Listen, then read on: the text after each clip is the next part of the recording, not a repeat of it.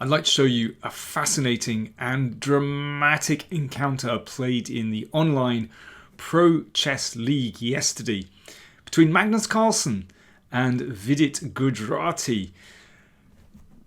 This is so interesting. There are some really beautiful attacking ideas in this game. So let's just plunge straight in. So Carlsen with white, and he opens with b3. Well, he has shown some inclination to play in this way recently. And of course, b3 is not a bad move at all. And the bishop comes to b2. In fact, what we get here is a position which is pretty standard, but with colours reversed. So here, basically, this is a Queen's Indian position, but white has an extra tempo. So that can't be that bad. Well, for both sides, really, because black has established a strong centre. But this is a very sensible development for white. And d4, it is exactly like a Queen's Indian. Knight f6. And now we actually have another kind of transposition, because now this is looking very much like a Queen's Gambit accepted, again with colours reversed. After a3, bishop takes, and then b4, and knight d2. And c4. A Carlsen setup is pretty standard, and white is attacking this pawn. Here I think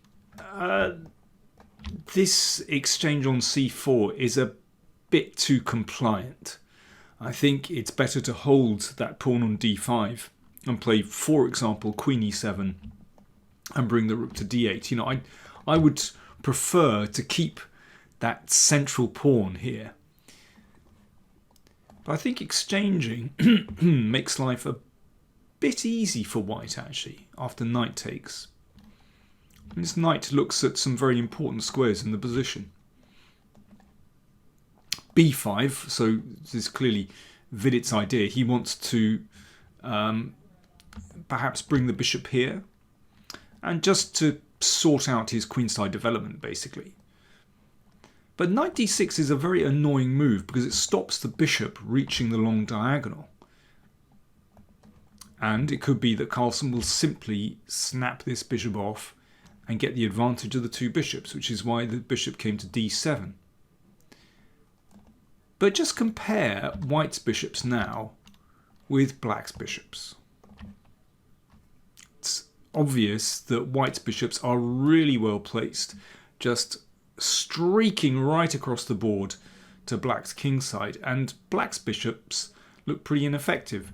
This one bites on the pawn here, and the bishop on d7, well, it can't really move anywhere. So Carlsen out of the opening has, I think, got a very pleasant position. But remember, this is a rapid play game, so you know anything can happen in the next half hour, as they always say on TV. Queen e7 and white castles. Remember also that it's a completely symmetrical pawn structure. So if there are simplifications here, then odds on we're going to get a draw. Knight d5. Well, that knight, that's a good old octopus knight.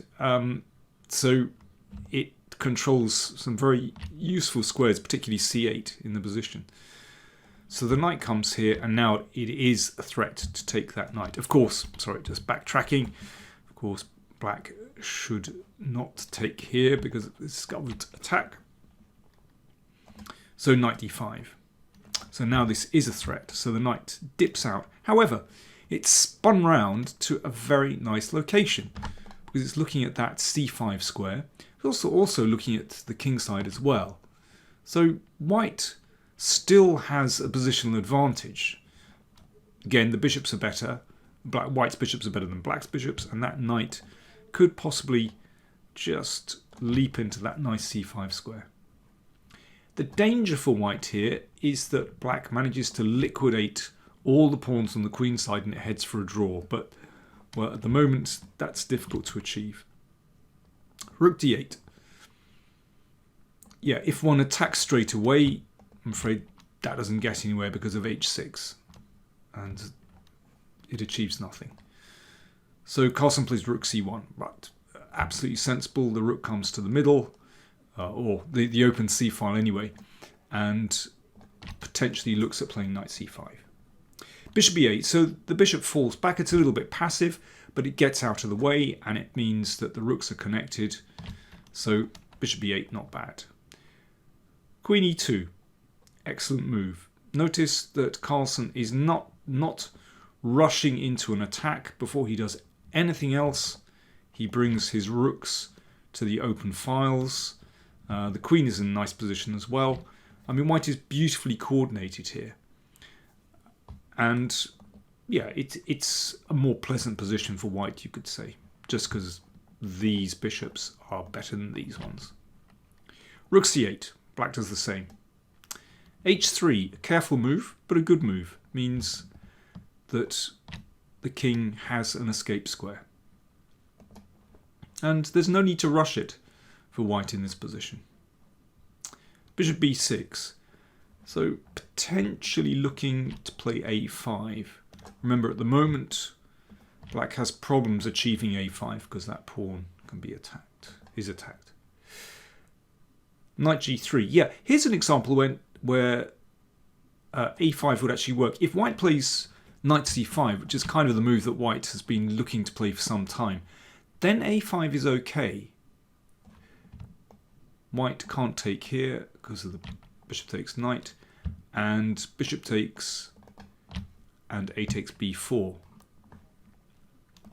So Carlsen played knight g3, so that's interesting. That opens up this diagonal and this one too. The knight looks to the king side, might come to h5, one never knows. Okay, let's have a look at black's liberating move here. What about a5? Just trying to clear all those queenside pawns off the board and head for a draw, basically. In this case, white would exchange and then take on b5, and that's a sound extra pawn. So that's why this one isn't working at the moment, but it's what black is angling for. Right, so the knight has just come here. Knight f6, so the knight comes back, covers the h5 square, blocks this bishop to a certain extent. Bishop b1. Okay, well, Carlsen is revving up, potentially, to put the queen on one of these squares. Yes, I know the rook can take the queen at the moment, but supposing some exchange took place, one of these squares could be available for the queen to just set up a battery on this diagonal. So rook takes. So Vidit wants to exchange pieces. You know, he's under pressure, so he just wants to relieve that pressure by exchanging rooks. But Carlsen doesn't want to exchange the second rook. Very sensible. Instead, just dips back to the c file. Very sensible. You know, this rook is better than the rook on d8. King f8. Well, that king is already feeling the heat to some extent. You know, the queen is looking to play c2 and potentially get in on h7. So king comes here, and it might actually escape to e7 at some point. Carlsen comes back with a knight. So there's a lot of toing and froing. If knight takes, bishop takes, well, that takes away this defensive piece, and the bishop looks pretty good here. Black is under pressure. Therefore, after knight e4, knight d5 played. And Carlsen still keen to exchange off this knight, and it comes back. Okay, so Carlsen changes tack and plays queen c2. So there we go. He's managed to get the queen to this diagonal. Can't come to h7 at the moment. However, odds on it's going to try. It's going to get there. Let's see. Rook c8, lining up against the queen. Okay, sensible.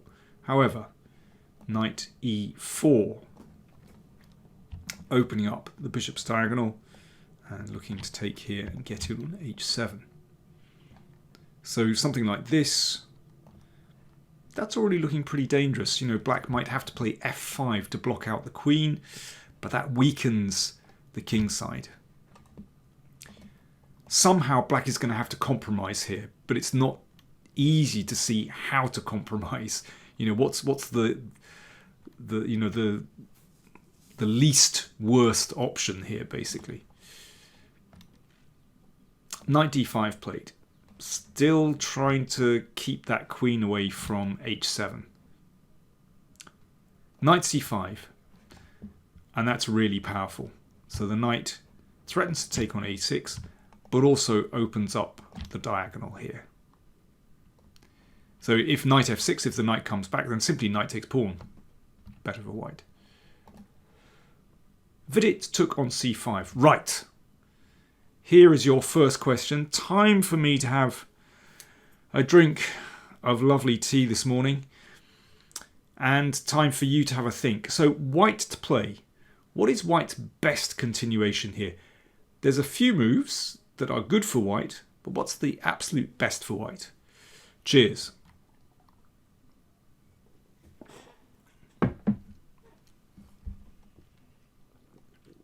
Carlsen played queen h7, which is a very good move. However, he missed mate in 3. Bishop takes pawn check. King takes. The queen slides in. If the king goes back, queen h8. And if the king comes forward, well, you can choose your poison. Queen h6 or queen h8. I prefer queen h8. Checkmate. You can see the king is getting cut on the diagonals. Not so difficult, I would say. However, it's a rapid play game, and I'm guessing that Carlsen had simply anticipated queen h7 and thought this must be winning very quickly. And it is a very strong move, threatening, well, actually 3 different checkmates on this move. f6, pretty forced. Okay, time for another think. How would you play with white now? The move that Carlsen played is good and should win. However, there's an even stronger move here. So white to play, what would you do? And let me tell you, the solution here is not rook takes bishop. There is better. Carlsen checked on h8, but the best move is knight h4. What's the big idea?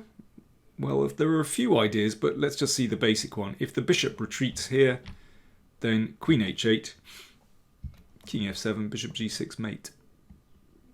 Pretty good. So knight h4 was very strong. Instead, Carlsen checked, and then he took on c5. Well, this is also excellent for white. The rook is pretty good here. The bishops still look fantastic, and that knight, well, you never know what might happen with that knight. Black's best is to put the queen back on at f8, but it's not very good. Instead, queen b7 was played. I think a very natural move to cover the rook, so then the knight might be able to retreat. Now, this is fantastic. I mean, in a sense, the wins we've seen so far, I think, pretty straightforward. But how white wins in this position, well, it's really beautiful. So you have a little think here. White to play. What's the best way for white to continue? This is really, really beautiful.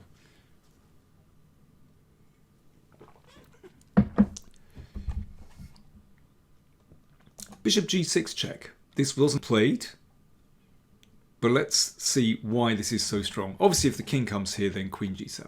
And it even wins the queen. So it has to be taken. Right, what's the point of this? I mean, if the knight checks, then the king just steps back. Here is the beautiful follow-up. Queen g8. Wow. I love these quiet moves after a sacrifice. The simple idea is that the queen covers these squares, preventing the king from stepping back to safety. Still not absolutely obvious how white is going to checkmate here, but I mean, there are lots of possible lines, but let me show you something that is sort of quite typical. So for example, queen f7, okay, trying to exchange queens. Knight h4 check. The king steps up. We need the queen. Queen h7. The king still can't step back. And if the knight is taken, queen e4 check, the king gets back, and queen g4 mate, for example. Or, well, let's say, well, I mean, there is no good defense here, actually. Let me give you another variation. I don't know, queen d7. Knight here. Again, queen h7. If f5, then bishop takes pawn. Doesn't help. Knight e5, you can take here. Queen g7. And take here, and g6 drops. And what else have we got? e5, no good. I mean, this is fantastic. Rook takes and queen takes, and again, mate shortly. What an amazing idea. Bishop g6 check and queen g8. Just fantastic. Now that one really is tricky to spot. Carlsen played e4. Also doesn't look bad, and it's a pretty good move. Knight f4. And here there's the wins are becoming more and more difficult. This one is actually winning. This wasn't played. Carlsen actually played queen h7 here, but this is a winning move. Pawn takes allows this typical idea with a skewer, and king takes. This is very tricky actually. And now e5, so that has to be taken, and then the rook is taken. So white has actually won material. But this is actually a really tricky position. Finding a win here, I mean, particularly if you're short of time, very difficult. Let me just show you this. Rook here, the knight blocks. Still tricky because you can see the queen is cut off from defending here. So black threatens, for example, check and take the bishop. This is not simple, particularly as decent checks seem to have run out. In fact, this another quiet move, queen e7, is actually very good for white, because if the queen comes down to take the bishop, then this can be taken, and actually white will win that one. If the bishop moves, then queen g7. So this is actually winning, but a very subtle move. I mean, it's actually beautiful. Instead, Carlsen played queen h7, and after knight e7, black has survived.